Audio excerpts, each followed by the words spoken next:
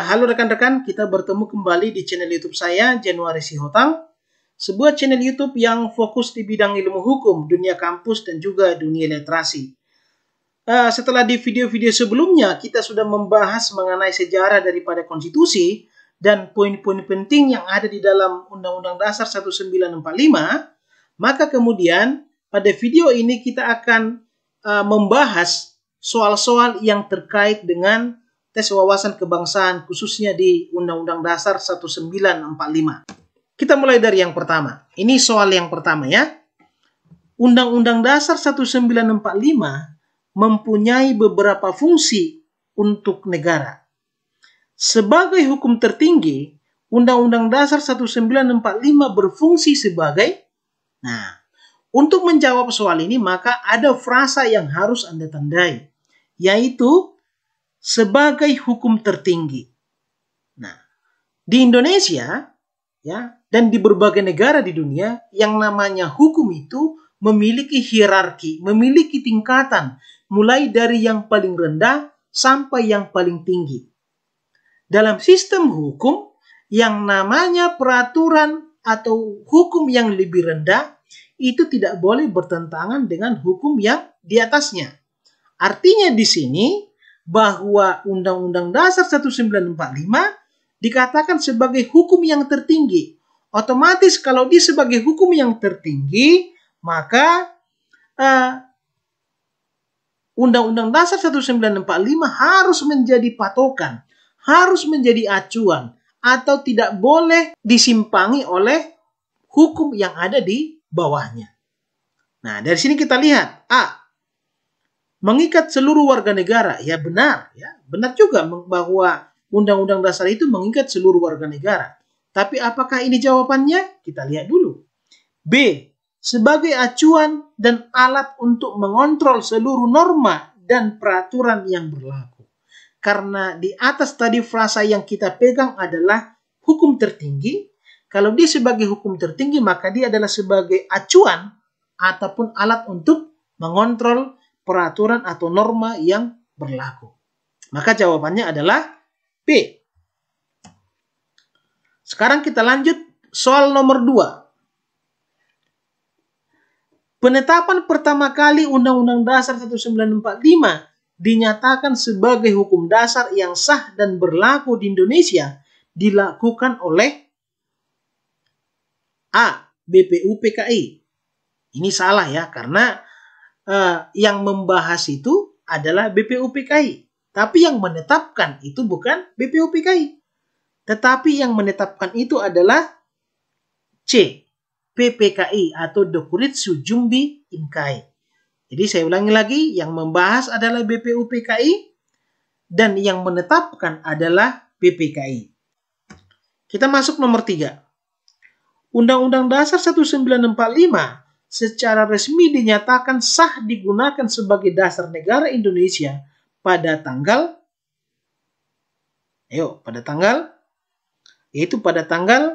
kalau dia 1 Juni itu adalah pembahasan mengenai Pancasila, berarti tidak benar. B. 16 Agustus, ini juga tidak benar. C. 18 Agustus 1945. Jadi kalau Anda pelajari sejarah daripada kemerdekaan kita, pada tanggal 17 Agustus diproklamasikanlah Indonesia.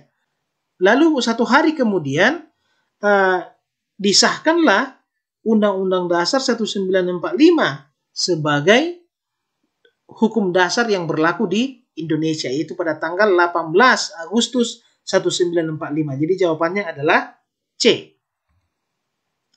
Sekarang kita masuk nomor 4. Pemerintahan Republik Indonesia Serikat menganut sistem kabinet parlementer, di mana kegiatan dan tanggung jawab kekuasaan pemerintahan itu berada di tangan menteri, baik secara bersama maupun individual. Pada masa ini juga dikenal sistem perwakilan bikameral, yaitu, nah untuk menjawab ini teman-teman, Anda kan sudah saya jelaskan di video sebelumnya bahwa pada masa berlakunya Konstitusi RIS atau Republik Indonesia Serikat, maka Indonesia itu merupakan negara yang terdiri dari negara-negara federal maupun negara bagian. Nah, kalau sebuah negara itu berbentuk yang namanya negara bagian, maka di dalam sistem parlemen atau di dalam parlemennya terdapat utusan-utusan dari masing-masing negara bagian. Itulah yang sering disebut dengan senat atau senator. Seperti di Amerika misalnya, masing-masing negara bagian itu mengutus senatornya untuk parlemen di pemerintahan pusat atau pemerintahan federal. Berarti di sini jawabannya adalah A. Presiden dan DPR, tidak. C. Presiden dan Senat, itu presiden bukan bagian dari parlemen, berarti salah. D. DPR dan MPR, ya, pada masa itu belum ada. Kemudian E. MPR dan presiden, ya, presiden itu bukan parlemen, berarti jawabannya adalah B. Senat dan DPR. Itu nomor 4. Lalu kemudian nomor 5. Pada saat berlakunya Undang-Undang Dasar 1945 pertama kali, yang berkedudukan sebagai pembantu presiden adalah Senat. Salah, karena pada masa itu belum ada Senat. Kemudian menteri, belum terpilih juga menteri-menteri pada masa itu. Terus kemudian C. Komite Nasional, yaitu KNIP. Jadi jawabannya adalah C. Komite Nasional Indonesia Pusat. Kita masuk ke soal nomor 6. Pada saat Undang-Undang Dasar sementara berlaku, ada lembaga negara yang bernama konstituante.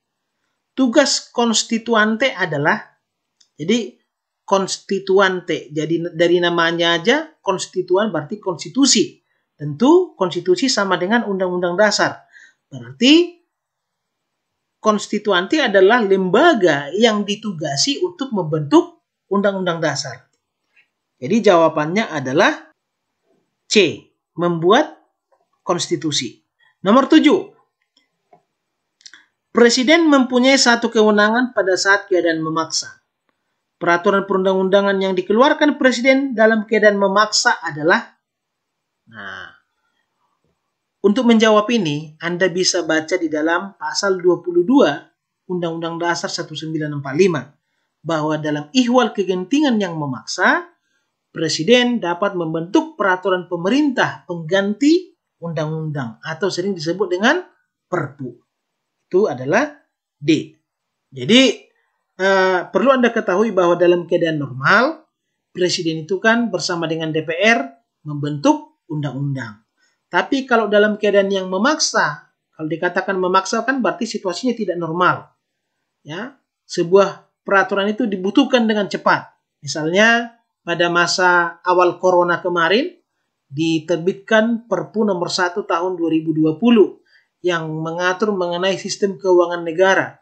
Karena bagaimanapun untuk menangani pandemi COVID-19 dibutuhkan pergeseran-pergeseran ataupun penanganan daripada anggaran negara.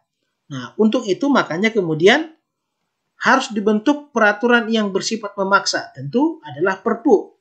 Karena kalau misalnya harus menunggu membentuk undang-undang, itu kan proses membentuk undang-undang itu sangat panjang. Mulai dari penyusunan, pembahasan, persetujuan, sampai kepada pengundangan.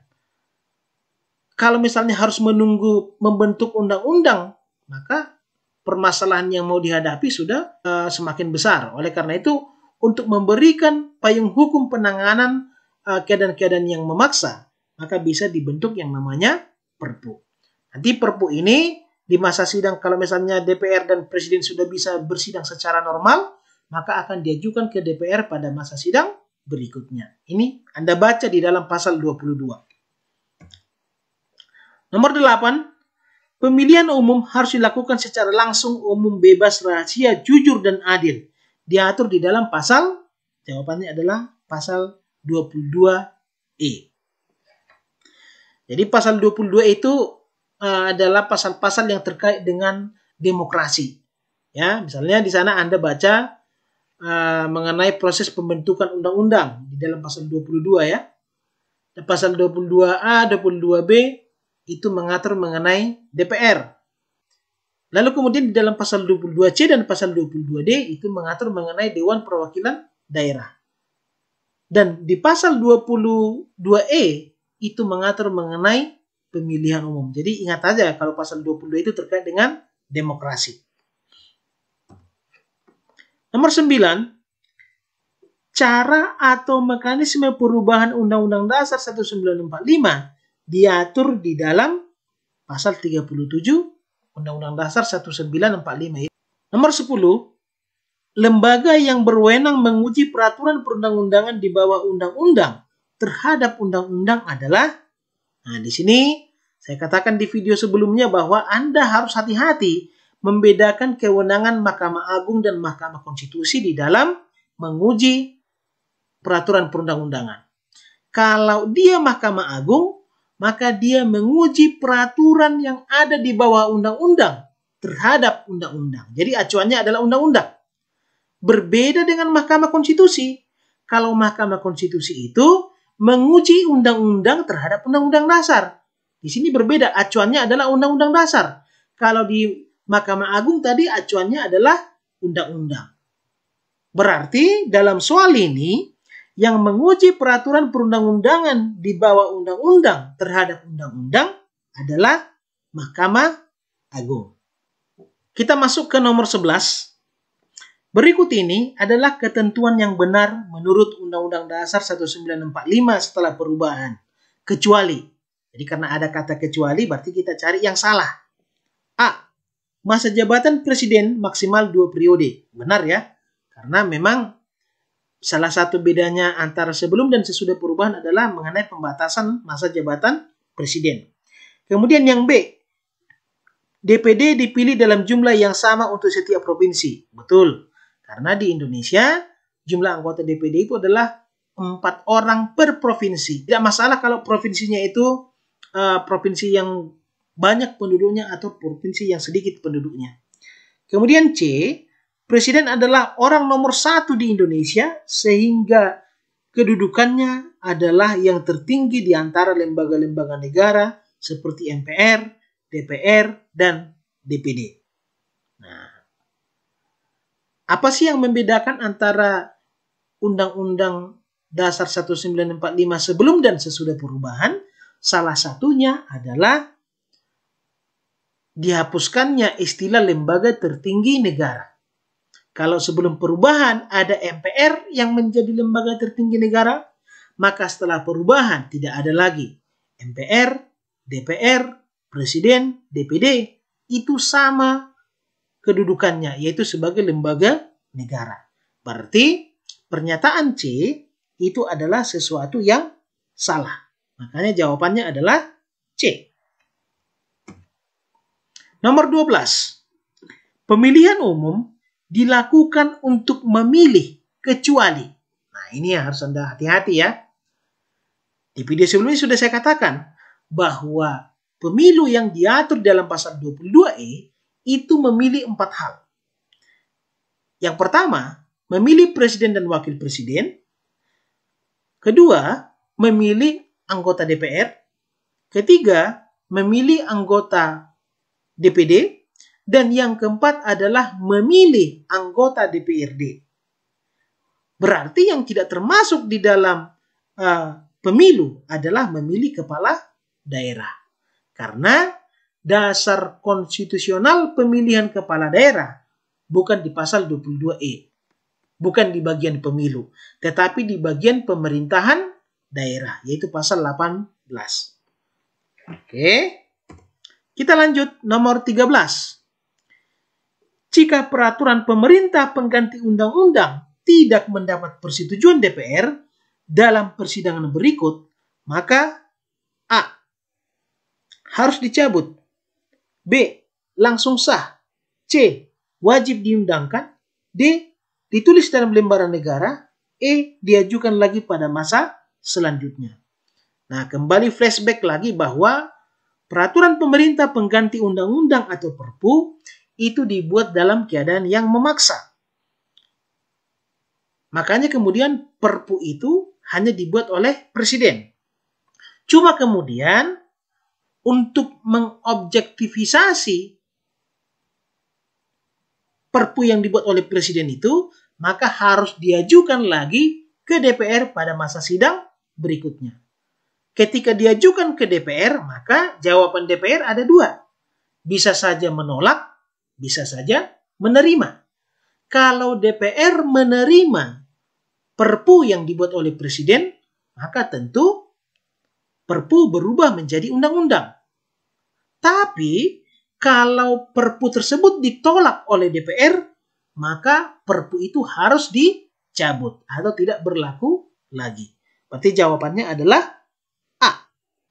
Nomor 14. Setiap manusia memiliki hak asasi. Namun sebaliknya, setiap orang juga harus menghormati hak asasi orang lain. Hal ini diatur di dalam. Nah, untuk menjawab seperti ini, langsung ingat aja di dalam pasal yang terakhir mengatur hak asasi manusia, yaitu pasal 28J. Karena kan pasal yang mengatur mengenai hak asasi manusia atau HAM itu mulai dari pasal 28 sampai pasal 28J. Jadi di pasal 28J dia dikunci bahwa memang benar setiap orang memiliki hak asasi. Tapi dia juga memiliki kewajiban asasi, yaitu kewajibannya untuk menghormati hak asasi orang lain. Dan ini diatur di dalam pasal 28J Undang-Undang Dasar Negara Republik Indonesia tahun 1945. Nomor 15. Presiden menerima penempatan duta negara lain dengan memperhatikan pertimbangan. Nah, kalau Anda lihat nanti di dalam desain Undang-Undang Dasar 1945 bahwa hal-hal yang terkait dengan politik luar negeri, hal-hal yang terkait dengan pengambilan kebijakan-kebijakan yang bersifat politis itu membutuhkan pertimbangan dari Dewan Perwakilan Rakyat. Misalnya, kalau Presiden mau membuat perjanjian dengan negara lain, dan ternyata perjanjian tersebut menimbulkan atau berimplikasi banyak hal terhadap negara Indonesia, maka Presiden harus mendapat persetujuan dari DPR. Demikian juga halnya kalau misalnya Indonesia mau menerima penempatan duta dari negara lain. Ini kan berhubungan dengan hubungan luar negeri. Hubungan luar negeri kan terkait juga dengan hubungan sosial politik.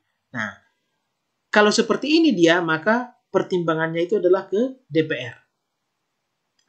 Tapi kalau misalnya dalam kewenangan-kewenangan yang lain, salah satunya adalah dalam hal grasi dan rehabilitasi, ini tidak lagi ke DPR. Karena ini sudah terkait dengan hukum, maka pertimbangannya itu diminta ke Mahkamah Agung. Ini nanti bisa Anda baca di dalam Undang-Undang Dasar 1945.